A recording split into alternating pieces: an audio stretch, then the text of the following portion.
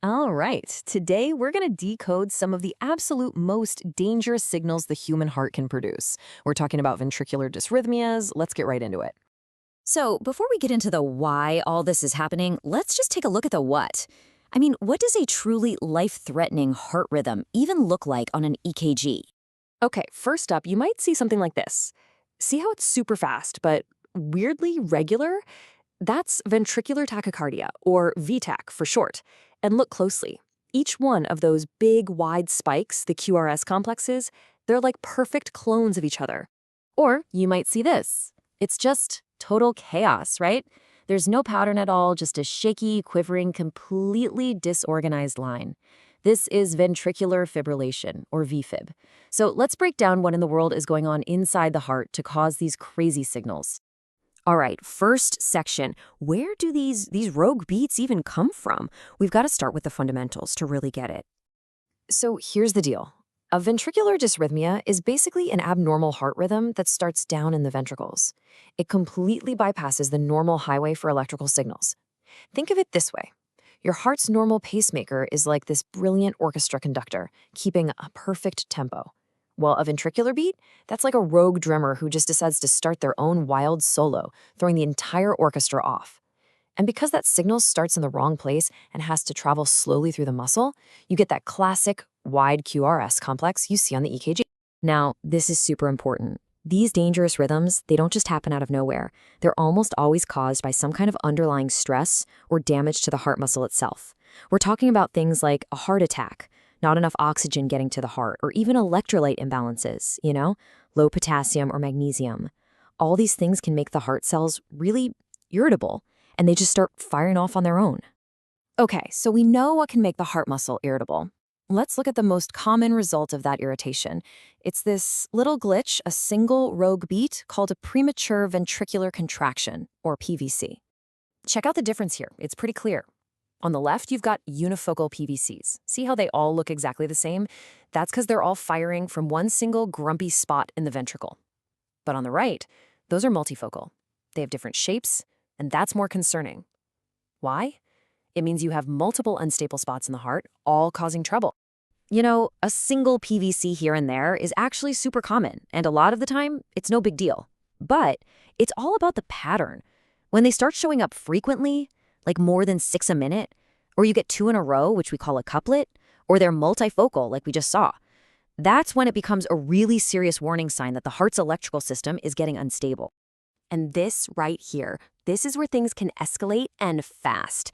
When you see a run of 3 or more of these PVCs all in a row, that's technically the beginning of ventricular tachycardia.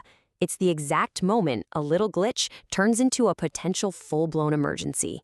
So what happens when those rogue beats don't just show up for a quick run, but decide to take over the whole show? Well, that's when you get this runaway train of a rhythm we call ventricular tachycardia, or VTach.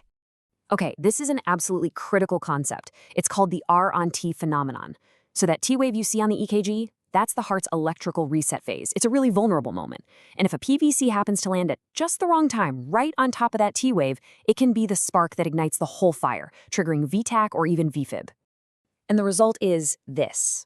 That runaway rhythm we were just talking about. Just look at it. It's fast, it's wide, and it's regular. When you see this on a monitor, you have to realize the heart is beating so incredibly fast that it doesn't have time to fill with blood between beats. And that leads to the single most important question you have to answer, like right now. And that question is, does the patient have a pulse? Seriously, the answer to that one question changes everything. If they have a pulse, okay, we have some options. We can try antiarrhythmic drugs, maybe a synchronized shock to try and reset things. But if there is no pulse, that's it. It's cardiac arrest. And the only answer is to start CPR and get ready to defibrillate immediately. All right, now we're escalating even further. We're talking about the rhythms where there is zero effective cardiac output. None.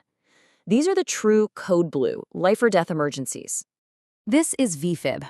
And with VFib, there is no organization whatsoever. The ventricles are just quivering, uselessly. The classic description is a bag of worms, and it's perfect. They are not pumping a single drop of blood. This patient is in cardiac arrest, and they need a shock right now. And then, after all that electrical chaos, you might see this: complete silence, a flat line. This is asystole, or ventricular standstill. It means there's no electrical activity, no muscle contraction, no pulse. Nothing. But, and this is a huge but, before you can officially call a flatline, you have to verify it. It is absolutely essential that you check the rhythm in a second EKG lead. You've got to be 100% sure it's not just a technical problem, like a lead that fell off. Okay, so we've seen the whole spectrum of problems, right? From a single little glitch all the way to complete cardiac arrest. So now let's talk about the solutions. How do we actually restart the heart? For those two shockable rhythms, pulseless VTach and VFib, the one thing that works is defibrillation. And the sequence is absolutely critical. You start CPR immediately to keep blood flowing to the brain.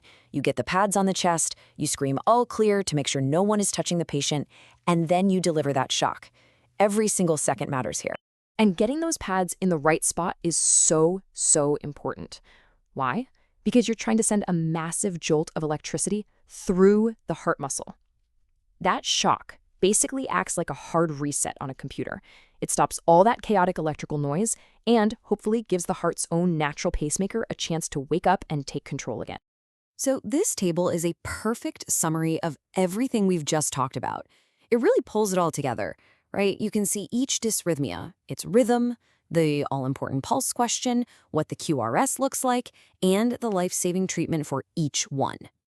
So you've seen the chaos, and you know the response. Are you ready for the code? Because at the end of the day, recognizing these patterns is the first step for sure. But it's responding with confidence and precision. That's what actually saves a life.